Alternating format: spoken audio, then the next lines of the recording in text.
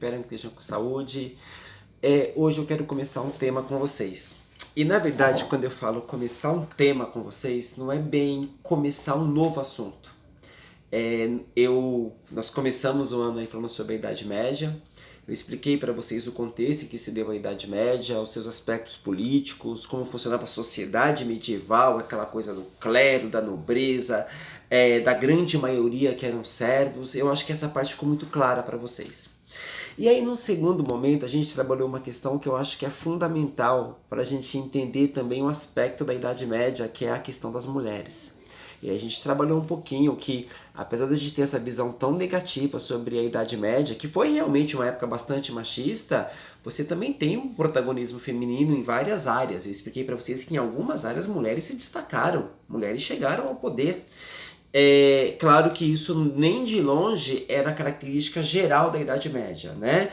Entretanto, é um aspecto que a gente tem que pensar por quê? Porque nós somos filhos da Idade Média, né? Os portugueses que fizeram o que a gente entende hoje como o Brasil, né? Os portugueses que trouxeram essa, entre aspas, contribuição, eles eram homens que tinham valores medievais, então por isso é mais do que importante a gente discutir isso.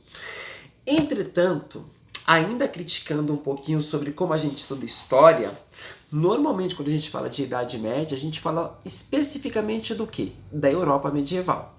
Então você vai falar do quê?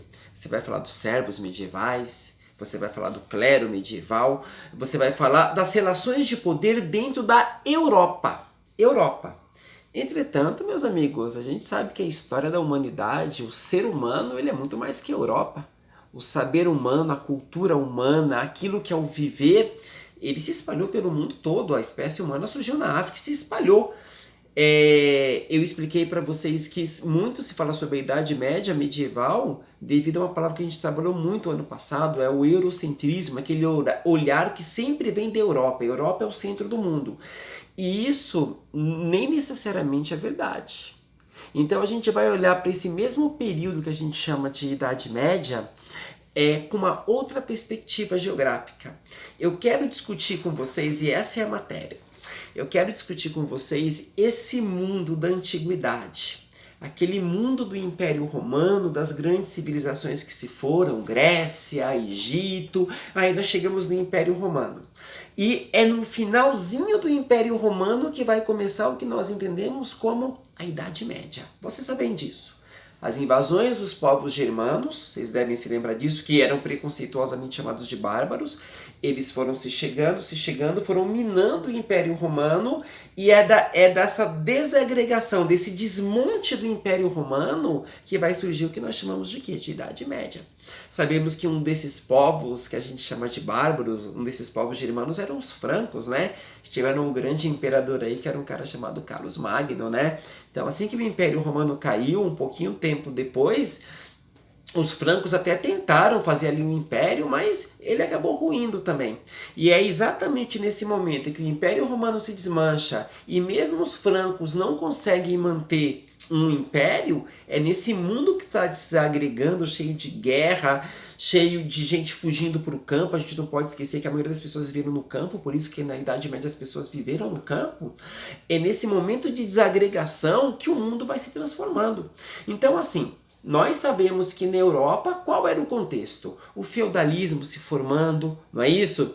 A ruralização, as pessoas passando a viver no campo, as relações comerciais praticamente deixam de existir. Eu expliquei para vocês que dentro dos feudos as relações eram praticamente de troca, de autossuficiência. Não que não houvesse comércio, gente. Gente rica tem em qualquer lugar e sempre fazem o comércio. Mas eu estou dizendo que no aspecto geral, as relações comerciais dentro desse mundo feudal europeu praticamente deixam de existir, né? E mesmo assim, continua havendo um contato muito pequeno com outras regiões. Mas nesse momento de começo da Idade Média, o que a gente percebe? A Europa meio que se fecha. O mundo medieval é um mundo meio que autossuficiente na Europa. Por que eu quero insistir nisso com vocês? Porque eu quero falar sobre a transição desse mundo antigo para o mundo medieval. Então, qual é o nome da aula? Qual é o tema que nós vamos estudar? A circulação de pessoas e de produtos entre a antiguidade e o mundo medieval, um mundo em transição. Gente, o que é uma transição? É um mundo em transformação. Transição é isso, gente. É quando algo se transforma. Por exemplo, as pessoas, nós, seres humanos, nós estamos em constante transição. Aquilo que o Edivan pensa hoje, de repente ele pode não pensar amanhã. Tem um cantor que eu gosto muito, que é o Raul Seixas. Ele dizia o seguinte: eu prefiro ser essa metamorfose ambulante, eu prefiro ser essa transformação, aquela pessoa que está sempre transformando, porque, gente, quem aprende se transforma. Quando você aprende a fazer as coisas, quando você adquire experiência, isso que é bom envelhecer um pouquinho, você acaba se transformando. Então, o que eu quero discutir com vocês? Que o mundo também se transforma. Então a gente vai olhar para quê? Para esse mundo em transição. Em qual momento histórico? No momento em que a antiguidade está ali terminando, o Império Romano está caindo, o momento em que a Idade Média na Europa começa a dar origem para o feudalismo. Entretanto, como eu disse, eu não quero só olhar para a Europa. A gente vai olhar para outras partes do mundo. Vamos lá, gente. Eu quero discutir com vocês aqui o seguinte: o mar Mediterrâneo. Esse texto que eu passei para vocês, ele tem uma coisa especial, não sei se vocês perceberam. Normalmente eu passo texto no Google Sala de Aula e passo como material em anexo os mapas para vocês consultarem, para vocês terem noção do que eu estou falando, dos lugares que a gente está falando, né? Muito ruim falar de um lugar que você... mas onde que é isso? É na Piraporinha? Estou falando de um negócio que aconteceu lá na Europa, na África, na Ásia. Então meu aluno ele tem que ter acesso ao mapa, né? E normalmente eu passava o texto e o mapa. Dessa vez eu vou fazer diferente. O texto que vocês estão aí, ele é diferente. Ele vem o texto e no corpo do texto eu já coloquei o mapa. Para quê? Para que você consiga ler ali ao mesmo tempo e já visualizar o mapa. Então, assim, a primeira coisa que eu quero que vocês percebam é o seguinte: o primeiro mapa que eu passei para vocês nesse texto, ele pega aquele lado do mundo, a Europa, a África, pega ali a Ásia do lado, é um mapinha um pouco azulado. Se vocês perceberem bem, a gente sempre fala muito do Oceano Atlântico, que é aquele oceano imenso que liga a Europa e a América, onde foi feito, onde a gente aprendeu ali na caixinha as grandes navegações. A gente aprendeu o Oceano Atlântico. Entretanto, gente, quando a gente pega o mundo antigo, e quando eu falo mundo antigo, eu pego as primeiras civilizações, é o Egito, é a Mesopotâmia, são os gregos, os fenícios, enfim, aquela galera que é o mundo da antiguidade. Aquela galera, elas não prestavam tanta atenção no Oceano Atlântico. O Oceano Atlântico era uma coisa grande. Eles olhavam, claro, conheciam ali a borda, olhavam o Oceano Atlântico, mas a vida de quase todos esses povos não estava em direção ao Oceano Atlântico. Se vocês olharem bem em cima, entre o Egito e a Europa, você vai ter um mar. É o mar Mediterrâneo. Está lá até hoje, está lá bonitinho até hoje. E esse mar Mediterrâneo, eu posso dizer para vocês que ele foi uma espécie de rodovia e de shopping center do mundo antigo. Como assim, professor? Eu estou dizendo o seguinte, que todos esses povos, e percebam, olhem bem no mapa e percebam o seguinte: geograficamente, o mar Mediterrâneo, ele liga o Egito ali, que é a África, Europa e a Ásia ali ainda do lado, ali a parte do Oriente Médio, inclusive. Então é um mar ali, é uma parte de água, um oceano, que liga várias regiões com culturas e histórias diferentes. Então era ali que os povos faziam o quê? As transações comerciais. Gente, estou falando de um tempo que não tinha avião, não tinha trem. Então o comércio entre Europa, Ásia, África, ele tinha que necessariamente ser marítimo.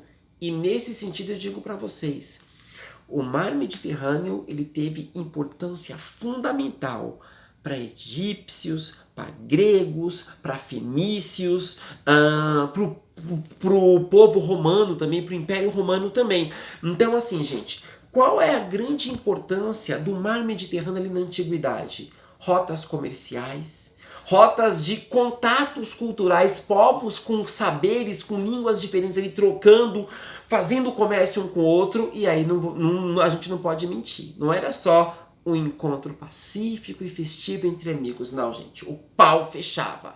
Então, o mar Mediterrâneo, além de ter comércio, além de ter as transações culturais, você tinha o embate por território, as grandes guerras ali da antiguidade, do mundo da antiguidade, gente, foram batalhas navais no mar Mediterrâneo. Então, assim, tem a parte boa que era o comércio, eram as transações ali culturais, aquele encontro legal, a coisa da religião que daqui a pouco a gente vai abordar. Então era muito legal. Só que assim, o pau fechava. Gente, o que aproxima os povos é o comércio, é a necessidade. Infelizmente, a história nos diz isso e a guerra também, né? Infelizmente, alguns povos entram em contato para guerrear, para disputar, e normalmente é disputa comercial. Existe, senhores, e aqui eu faço questão de dizer para vocês que existe uma relação muito profunda entre guerra e comércio. Por quê? O comerciante, ele quer enriquecer, ele quer vender suas mercadorias. Um povo, ele quer vender suas mercadorias para outro povo. Só que tem um outro povo que também quer vender, às vezes, as mesmas mercadorias, uma mercadoria concorrente. Então, qual é o resultado disso? Uma disputa comercial. Eu quero vender mais que você quer vender mais do que eu. Só que quase sempre essas disputas no mundo antigo virava realmente guerra com morte de verdade. Então eram guerras por quê? Quase sempre. Às vezes tinha um aspecto religioso, às vezes você tem um aspecto de você querer conquistar um território mais fértil, mas no mundo antigo as guerras comerciais, por rotas comerciais, elas eram uma constante. Tá? Então ninguém fazia guerra porque eu sou mal. Não, é porque quer enriquecer de alguma maneira, quer manter o povo economicamente vivo de algum jeito, tá? Senhores, então esse é o famoso mar Mediterrâneo. Eu queria agora abordar com vocês o seguinte: nesse mesmo período em que a Europa está se ruralizando, em que o feudalismo está tomando forma, a gente vai descer um pouquinho da Europa e a gente vai olhar para o mar Mediterrâneo e para o mundo em volta, principalmente para baixo, a África. Eu particularmente gosto muito de falar da África, gente, porque nós, enquanto brasileiros, nós temos uma ligação muito forte com a África. Nosso jeito de cantar, de dançar, a nossa ginga. É claro que eu estou falando isso de uma maneira festiva, mas isso se deve a um aspecto, infelizmente, extremamente triste e vergonhoso da nossa história, a escravização negra. Se nós temos, olha a cor da minha pele, gente, se nós temos essa cor miscigenada, se nós temos essa ginga, essa influência tão grande das culturas africanas, isso infelizmente não chegou aqui como um passeio turístico. Isso aqui foi movido por um processo de escravização de milhares e milhares de pessoas. Então isso tem que ficar bastante claro. Mas eu particularmente gosto de falar da África, porque é uma questão ancestral para nós que somos brasileiros. Nós entendemos o que nós somos também, entender a nossa própria história. Não se aprende história do Brasil sem falar de história da África. Não tem como fazer isso, né? E tem o saber maravilhoso desses povos africanos, né? Por exemplo, as pessoas não gostam ou não sabem muito disso, mas o Egito foi uma grande civilização africana e tiveram outras trocentas civilizações com culturas extremamente ricas e diversificadas na África. É que a gente não estuda muito isso na escola, mas eu sempre gosto de falar. E aí o que acontece? Nesse período aí em que a Europa está se ruralizando, isso não quer dizer que o mundo se apagou.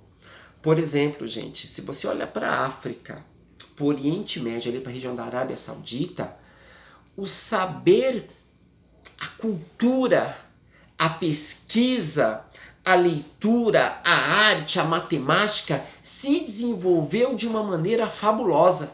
Então, assim, você olha para a Europa, perdão, uma Europa ruralizada. Então você acha que o mundo todo se apagou. Não, gente. A Europa estava vivendo aquele momento. A igreja mandando, as pessoas recolhidas dentro dos feudos, uma produção cultural ali pautada pela igreja. Mas se você olhar para a África, se você olhar para a Ásia, se você olhar para o Oriente Médio, você vai ver que o mundo continuou se desenvolvendo. Inclusive, quando a Idade Média acabou na Europa, muita coisa dessa efervescência do mundo foi absorvida pelos europeus e chegaram inclusive pelos portugueses aqui no Brasil.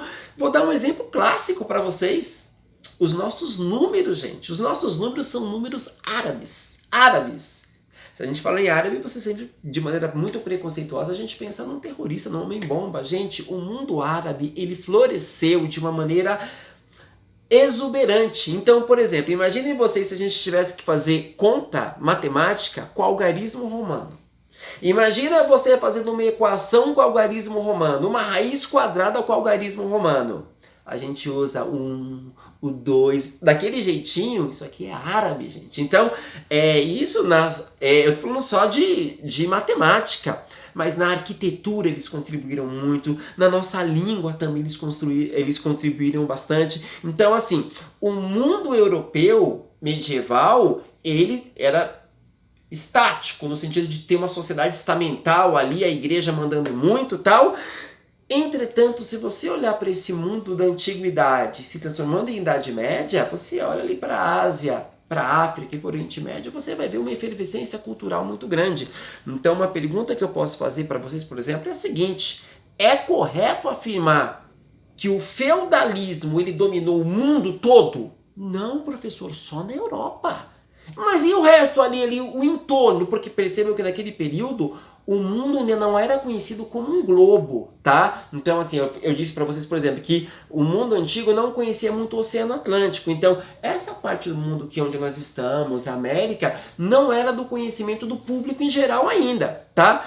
Então, isso posto, entendam o seguinte: esse mundo em transição para a Idade Média, para a Europa ali quis dizer uma coisa, mas para o restante ali daquele mundo conhecido, foi um tempo de bastante efervescência. E aí, para vocês terem uma noção, o comércio se dava por rotas. Algumas rotas elas eram terrestres, mercadorias que eram carregadas no lombo de animais, né? Ou burro, jumento, cavalo. Eu vou falar um pouquinho daqui a pouco dos camelos, que tiveram uma importância fundamental nesse comércio ali na África e tal, no Oriente Médio também, mas você teve as rotas terrestres. Gente, essas rotas terrestres, elas transportavam especiarias. Especiaria a gente associa muito com tempero, que vinha da Índia e tal, mas essas especiarias eram todos os tipos de itens que eram diferentes daquele que o mundo europeu conhecia. Então, por exemplo, especiaria era tempero, era seda, era porcelana, eram produtos ali artesanais de ouro, porque você tinha um artesanato muito forte nesse mundo, que não é o mundo europeu, né? Então, assim, as rotas terrestres faziam o comércio. Então, o comércio desses itens que eu falei para vocês, né? E essas rotas existem desde a antiguidade, senhores. Desde a antiguidade, essas rotas existem. Então, a gente tem registros de, por exemplo, de coisas que eram carregadas há 200 anos antes do próprio Jesus Cristo.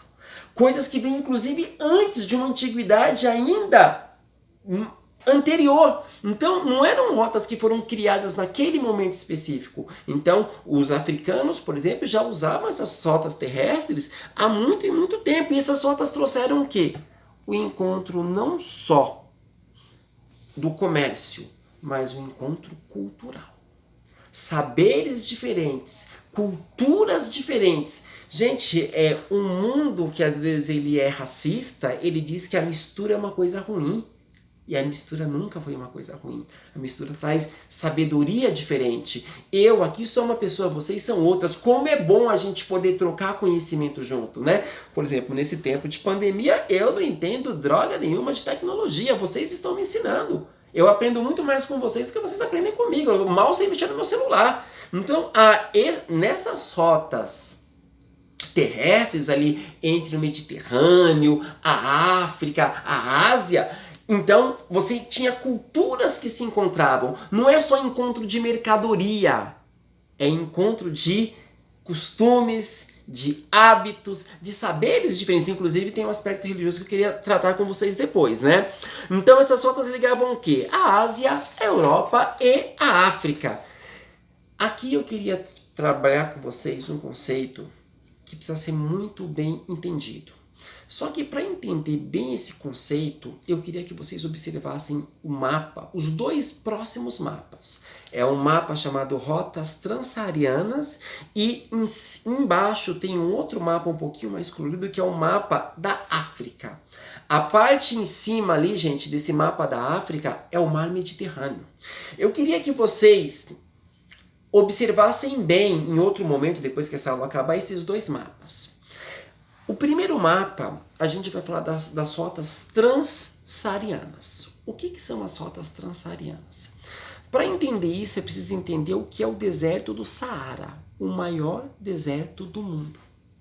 Se você pegar o mapa, eu vou até pegar aqui a minha folhinha, esse mapa aqui, ó. Deu para fazer isso, ó, tá vendo?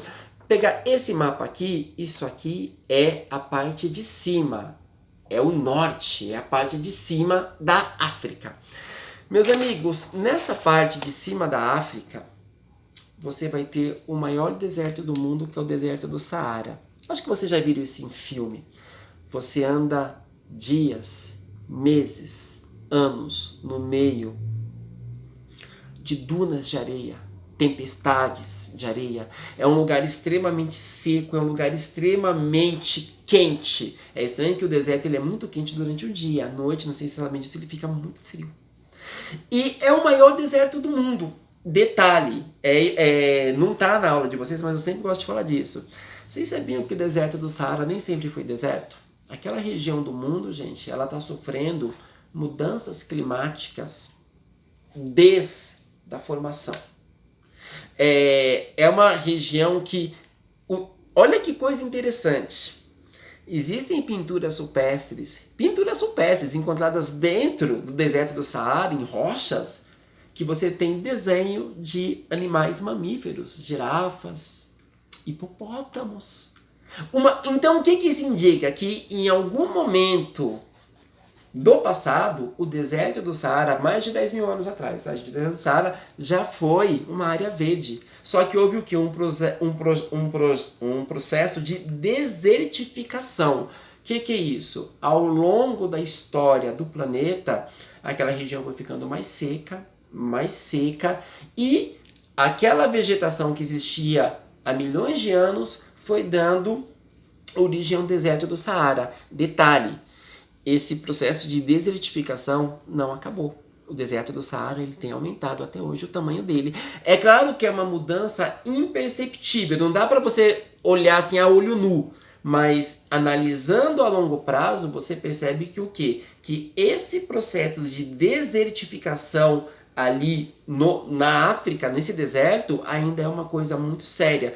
Inclusive, gente, as regiões mais pobres do continente africano é nessas áreas onde o deserto ele vai avançando e as pessoas são obrigadas a fazer o quê? A fugir. E quando você foge de uma região e vai para outra região, na outra região já tem gente. Então, o que essa migração forçada vai ocasionar? Conflitos por terra, porque se eu sou expulso da minha terra porque não chove mais aqui, está ficando deserto, ano após ano está chovendo menos, o deserto está avançando, eu vou pegar minha família e vou para outro território, só que no outro território já tem gente, então isso vai ocasionar o quê? Conflitos. Então, hoje, as regiões mais pobres do continente africano se dão aí dentro desse contexto de desertificação, tá? Olhando para o terceiro mapa, que é esse aqui que eu estou dizendo para vocês. Vocês estão vendo aqui, em azul, é o deserto do Saara. O deserto não é azul, isso aqui é uma ilustração, tá bom, gente? Só que se você olhar bem, para cá para baixo, não tá, mas é o resto da África. Só que assim que acaba o deserto do Saara, tem uma espécie, como que eu posso colocar isso em palavras para vocês? Em cima você vai ter o deserto do Saara. Só que embaixo você vai ter um lugar que não é deserto, tá ficando deserto. Mas ele ainda não é deserto, mas também ele não é tão fértil quanto é embaixo. É tipo uma espécie de corredor onde você tem uma transição do que é o deserto e daquilo que é o mais fértil. Então essa faixa, que é como uma faixa que dividisse em cima o Saara deserto, embaixo uma África mais fértil. Tem essa região do meio que não é nem tão fértil e também não é tão desértica. Então é uma faixa meio transitória. Professor, é deserto? Não, mas é seco pra caramba. Professor, é estéril, não nasce, tem vegetação, só que não é tão fértil quanto embaixo. Então essa faixa, guardem bem esse nome, é chamada de Sahel. O que é o Sahel? Eu quero que vocês olhem bem essa faixa Que cor? Rosa. Essa faixa é uma faixa que ela não... vou repetir. É uma faixa em que o clima não é tão deserto como o deserto do Saara e também não é tão fértil quanto a África lá embaixo, a África do Sul.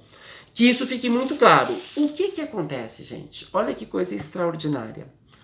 Mesmo com esse processo de desertificação, se você olhar o segundo mapa, que é o amarelinho, você vai ver o que a gente chama de rotas transsaarianas. O que é isso?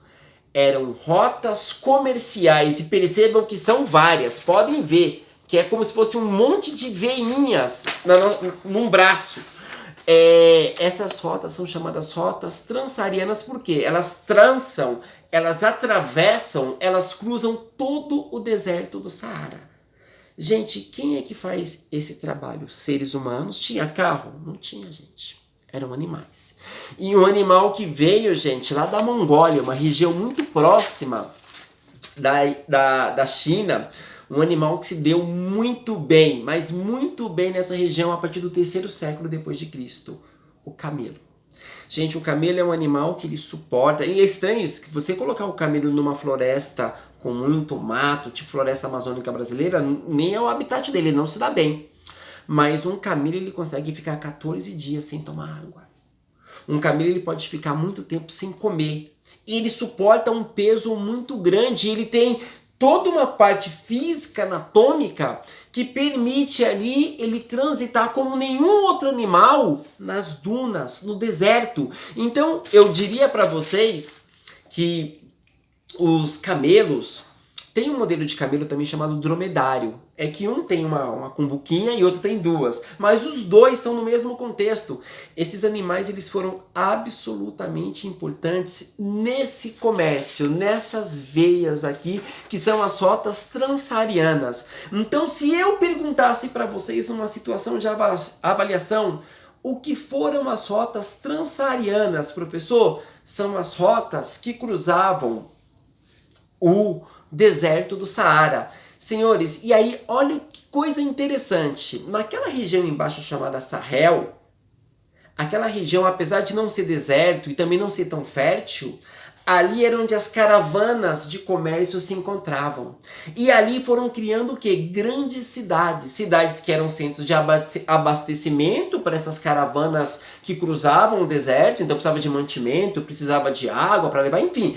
Era um lugar de reabastecimento. Mas esses polos de reabastecimento também eram polos de quê? De comércio, onde as pessoas se encontravam para comercializar. Então, essa parte da África chamada Sahel, essa parte rosa que eu já falei para vocês, ali se desenvolveram grandes cidades, grandes povos africanos, povos que comercializavam de tudo que vocês possam imaginar, né? Povos que comercializavam de tudo. Então, o Sahel, ele se desenvolveu muito por quê? Porque havia essas rotas que era uma região onde passava o comércio, então as grandes cidades cresceram muito. Então, eu quero que isso fique bastante claro para vocês. Essas rotas terrestres e marítimas que haviam ali na África, naquele período em que a Europa estava entrando no feudalismo. Então, essa é a primeira parte da aula. Eu vou encerrar o vídeo agora que já tem meia hora de vídeo, né? Fica como se fosse uma primeira parte da minha aula, tá bom? Qualquer dúvida, estou à disposição de vocês, tá bom, gente? Assistam a aula, primeiro leiam o texto. Leiam o texto, vejam os mapas, depois assistam a aula. Aí dê uma lida de novo e assiste a aula de novo, tá bom, gente? Aí vocês vão entender direitinho e o WhatsApp está à disposição. Essa é a primeira parte, tá bom? Muito obrigado, fiquem em paz.